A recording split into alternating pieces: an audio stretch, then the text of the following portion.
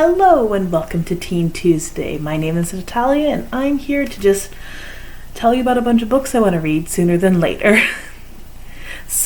I was trying to think of what to talk about and I was going to follow the previous format, but I just felt, I kind of want to talk about some books that I want to get to really soon, like within the next month. And the thing that kind of prompted this for me to do this is that currently, we have a book club for middle schoolers. At the moment it's called Middle School Book Club, but we are thinking of changing the name. And I want to talk about that book. And then also from May 11th to May 22nd, I believe, I am participating in a readathon called Topple, which is a readathon in which you just read books over 500 pages. And I have quite a bit in here, the stack. The shortest one is the Middle School Book Club book for June, and I will start off with that one. So yeah, this is just going to be very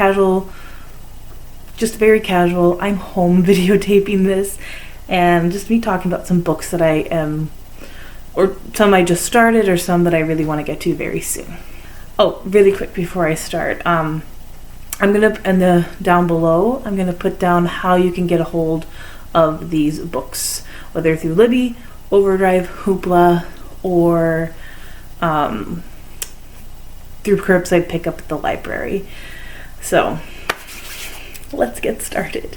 The first book is the Middle School Book Club pick, and that is Crispin, The Cross of Lead by Avi. Now this book was published in 2002, and I have had this on my shelf pretty much ever since then, so almost 20 years. It's a Newbery Honor winner, and I'm very excited to read this for June. We actually tomorrow we'll be posting our activities for last month's for May's pick, which I can't remember what it's exactly called, The Mystery of Black Hollow Lane. Put a picture or whatnot somewhere on the screen to show that one, which if you did read that one, or you can participate in the activities, or you can read it and then do the activities because they'll be open online for a while on our website. But I'm excited to read this. I've had this book for a very long time. It's a little dinged right there, as you can see, and it's relatively short. Avi, this one's I think under 300 pages. Yeah, definitely. He wrote one of my favorite books of all time, which is The True Confessions of Charlotte Doyle, which I would like to reread at some point. And I'm excited to read this, but yet nervous. But this one I've heard really good things. So, book number 1. The next book that I'm going to talk about is an adult fantasy called The Rage of Dragon by Evan Winter. This is, I'm only at page 45. This book is almost 600 pages. It's very long. Yeah, it's almost 600 pages. This is an African-inspired fantasy, and it's action-packed at the get-go. And it has a kind of a chosen one trope, I believe, but I'm really excited to read this one. I'm reading this as audiobook and physically reading at the same time. I like to do that occasionally. It's described as Game of Thrones meets Gladiators and Evan Winter's Rage of Dragon. Oh, it started as a self-published book. That's interesting. Oh, this is a debut. I didn't know it was self-published, so that's interesting. I don't know what content is in this. Like I said, I've only started reading this, but I do think if you are older and maybe look at anything that is in here, if you like Children of Blood and Children of Blood and Bone by Tome Adeyemi, I think you'll like this a lot. If you are a little bit older of a reader. This next one is a bind-up of multiple books, but the book in it is on a singular edition is over 500 pages because I'm working my way through Jane Austen's novels in publication order, which is what this bind-up is in. I read Sense and Sensibility, Pride and Prejudice, and now I'm on Mansfield Park. And Mansfield Park is about a girl named Fanny Price who lives with relatives who are not very nice to her, but she's kind of this meek person who just kind of goes with things. So I've seen, I think, all of the Jane Austen movies, and this movie has always been my least favorite, so I'm very interested how I will feel about it reading it. I actually got this as a gift for my graduation back in the day, and it just has little like old school illustrations. So this one, yes, I'm excited to read Mansfield Park. Look how much of that book. Look at, that's a lot. And the print is tiny with very little spacing.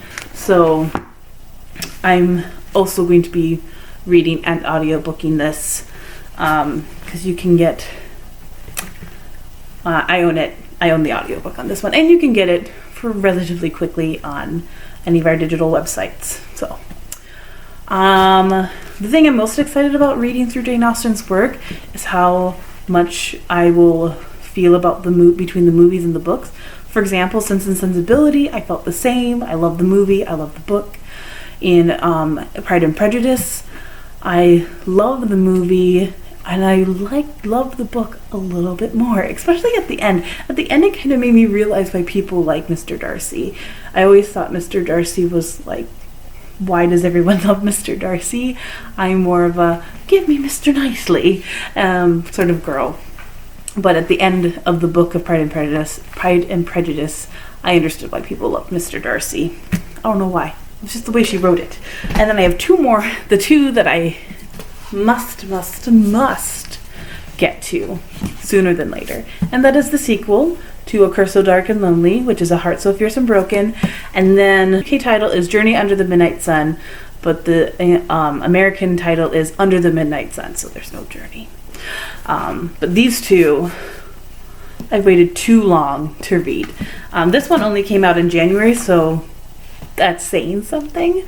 I waited too long to read this. Like I said, it's a sequel for Curse So Dark and Lonely, which I recommended last week, and we have both copies in the library, so you can request both and binge read both. The third book comes out next year, January, but this follows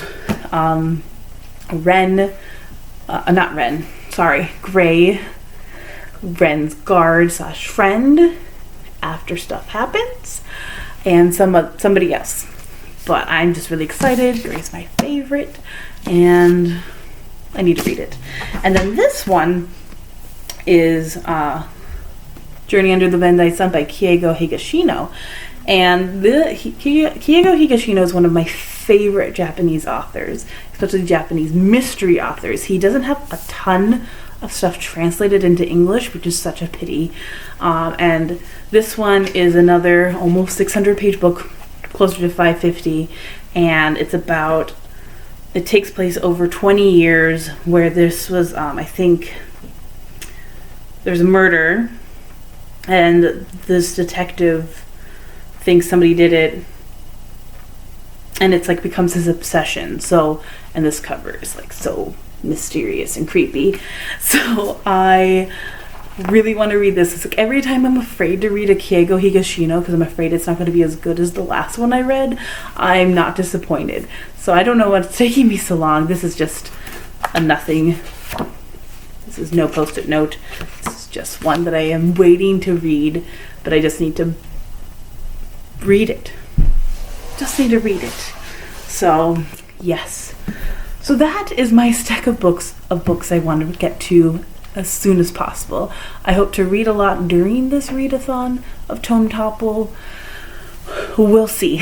Life is, is an adventure. Life just kind of like you go with the flow sometimes. Sometimes you feel like playing more Animal Crossing even though you should be doing something else, or things like that. So, like I said, I hope to get to these as soon as possible amongst the many books I need to read, as you can see from my little book cart. But yes, I have blabbered on long enough. So thank you so much for watching. Please contact us at our website or give us a call if you want any recommendations or anything. And until next time, I will see you next Tuesday. Bye.